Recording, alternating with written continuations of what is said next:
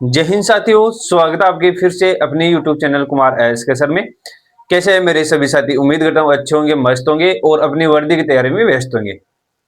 SSC GD 2025 जल्दी आपका medical होने वाला है और यहाँ पर हम बात करने वाले हैं मेडिकल में काफी बच्चे ऐसे हैं जो गलतियां करते हैं, छोटी छोटी गलतियां करते हैं जिसकी वजह से उनको पॉइंट बन जाता है और री मेडिकल का सामना करना पड़ता है। री मेडिकल में आपका वो पॉइंट है वो बहुत ही बारीकी से चेक होता है। अगर वो आपका पॉइंट है तो उसमें आप अनफिट हो जाते हो। तो उन्हीं के बारे में कंप्लीट डिटेल से चर्चा करने वाले हैं। ये वीडियो आपके लिए रामबाण सिद्ध होने वाला है। अगर आपका भी मेडिकल होने वाला है तो मेल हो चाहे फीमेल कैंडिडेट हो, सभी वीडियो आपके लिए इंपॉर्टेंट रहता है। सेम आपका पॉइंट है वो बनता है और सेम पॉइंट है वो आपके चेक होते हैं। प्राइवेट पार्ट से संबंधित कुछ पॉइंट होते हैं वो फीमेल कैंडिडेट्स के अलग होते हैं और मेल कैंडिडेट्स के अलग होते हैं। यहां पर हम बात करते हैं जो सबसे ज्यादा इंपॉर्टेंट बच्चों के लिए रहता है वो है आपका बीपी का पॉइंट। आपको सबसे पहले मेडिकल में जाने से पहले क्या क्या चेक करवाना है और आपका रेंज क्या रहता है नॉर्मल में, और अगर आपका बीपी हाई आ रहा है या लो आ रहा है तो उसका क्या ट्रीटमेंट है। तो यहां पर हम बता देते हैं आपको कि बीपी नॉर्मल आपका रेंज है वो 100 से लेकर 140 तक आपका सिस्टोलिक नॉर्मल होना चाहिए और 60 से लेकर 90 तक है वो आपका डायस्टोलिक है। इतना रेंज में अगर आ रहा है तो आप मेडिकली फिट हो जाते हो। बीपी का पॉइंट अगर आपको मिल जाता है तो आपको 3 दिन तक है, 3 दिन तक है वो आपको ऑब्जर्व में रखा जाएगा। 3 दिन तक आपका कंटिन्यू सुबह शाम आपका है बीपी चेक किया जाने वाला है। अगर बीपी नॉर्मल आता है तो आपको री मेडिकल में फिट कर देते हैं, अन्यथा आपको मेडिकल से बाहर कर देते हैं। यानी कि मेडिकल की जो प्रक्रिया है वो काफी लंबी हो जाती है अगर आपको बीपी का पॉइंट बन जाता है तो। काफी बच्चों के है इस तरीके की प्रॉब्लम आती है तो पहले ही अपना बीपी है वो चेक करवा लेना है। और जिन बच्चों की बीपी का समस्या है तो वो टेबलेट लेकर और जा सकते हैं मेडिकल में। और pulse rate normal pulse rate की बात करें तो आपका 50 से लेकर 100 तक की रेंज तक आपका पल्स रेट है वो होना चाहिए। अगर इस रेंज से ऊपर और नीचे आ रहा है तो आपको मेडिकल से बाहर होना पड़ सकता है, रीमेडिकल मिल जाएगा। और रीमेडिकल में भी अगर पल्स रेट का आपको प्रॉब्लम आ रहा है तो आपको बाहर होना पड़ सकता है। दूसरा आपको चेक करवाना है हीमोग्लोबिन। हीमोग्लोबिन आपका नॉर्मल मेल कैंडिडेट्स की बात करें तो 12 से लेकर 16 तक की रेंज तक का आपका हीमोग्लोबिन होना चाहिए। इस रेंज से अगर आपका हीमोग्लोबिन 0.1 भी अगर आपका कम आ रहा है तो आपको मेडिकल से बाहर कर देंगे।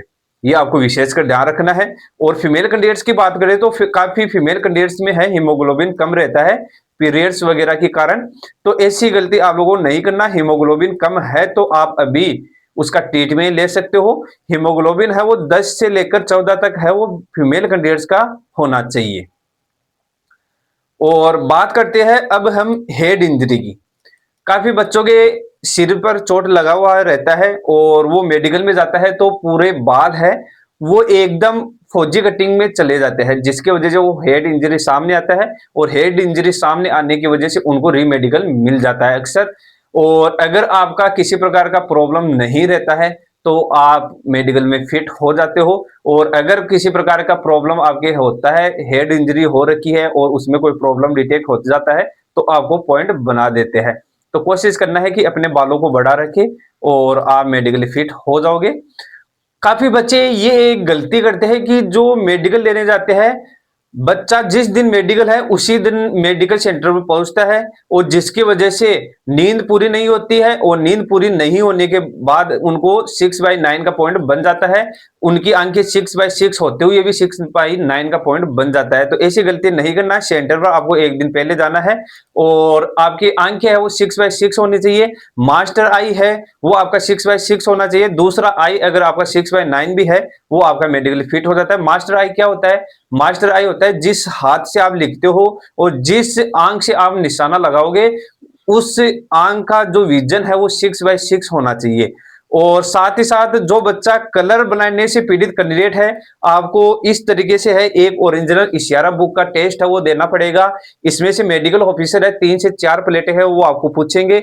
अगर वो 3 से 4 प्लेटों में आप एक प्लेट भी गलत बता देते हो तो आपको कलर ब्लाइंडनेस का पॉइंट बना देंगे।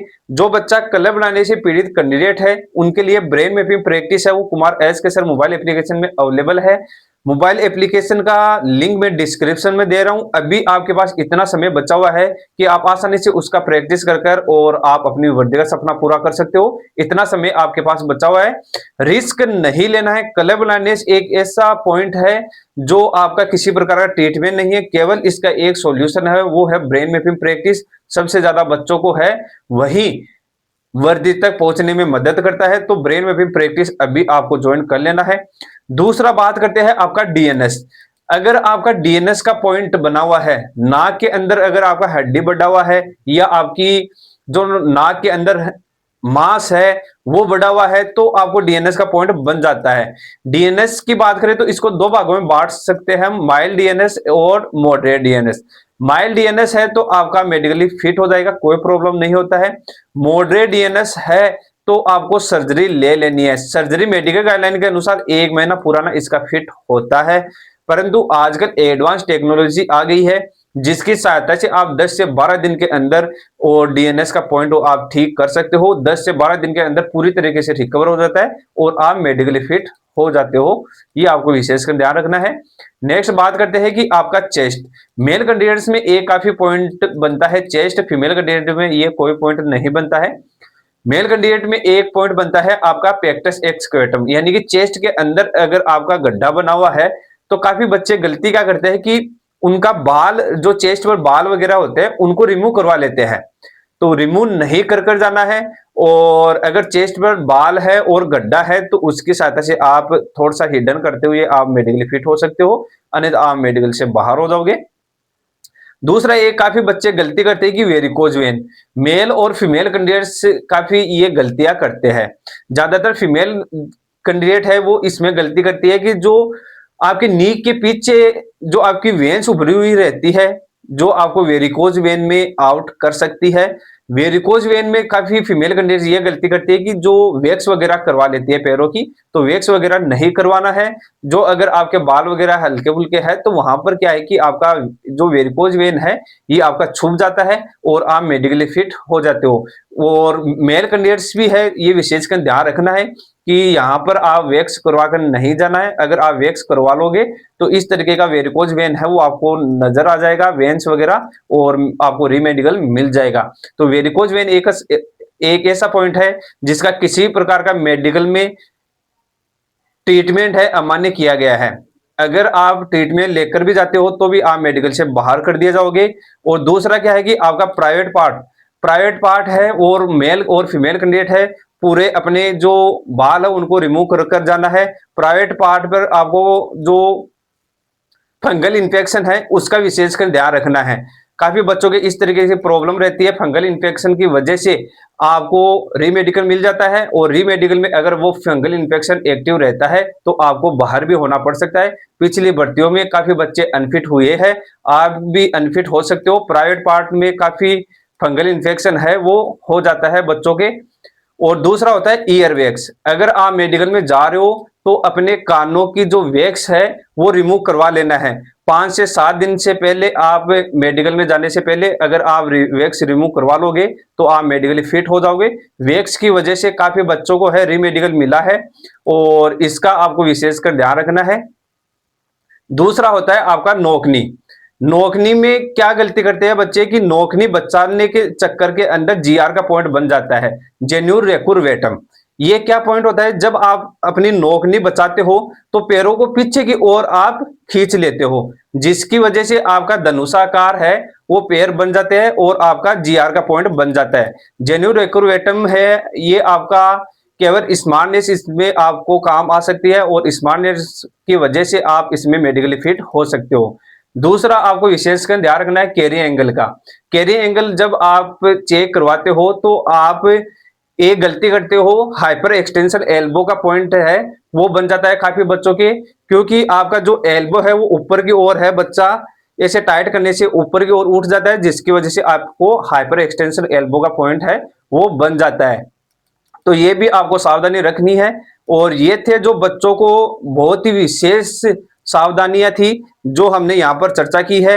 मिलते हैं नेक्स्ट वीडियो के अंदर, और नेक्स्ट वीडियो में हम आपका पार्ट नंबर 2 है वो लेकर आने वाले हैं कि किस तरीके का आपका मेडिकल होने वाला है। वो सभी बच्चों को है देखना है और ज्यादा से ज्यादा बच्चों तक है वो पहुंचाना है। उम्मीद करता हूं, आशा करता हूं वीडियो आपके लिए अच्छा और शानदार रहा होगा। और इस वीडियो को अपने एक ग्रुप में जरूर शेयर करना है और सभी बच्चे हैं इसको स्टेटस जरूर लगाना है ताकि सभी बच्चों तक ये वीडियो पहुंच सके। जय हिंद, वंदे मातरम।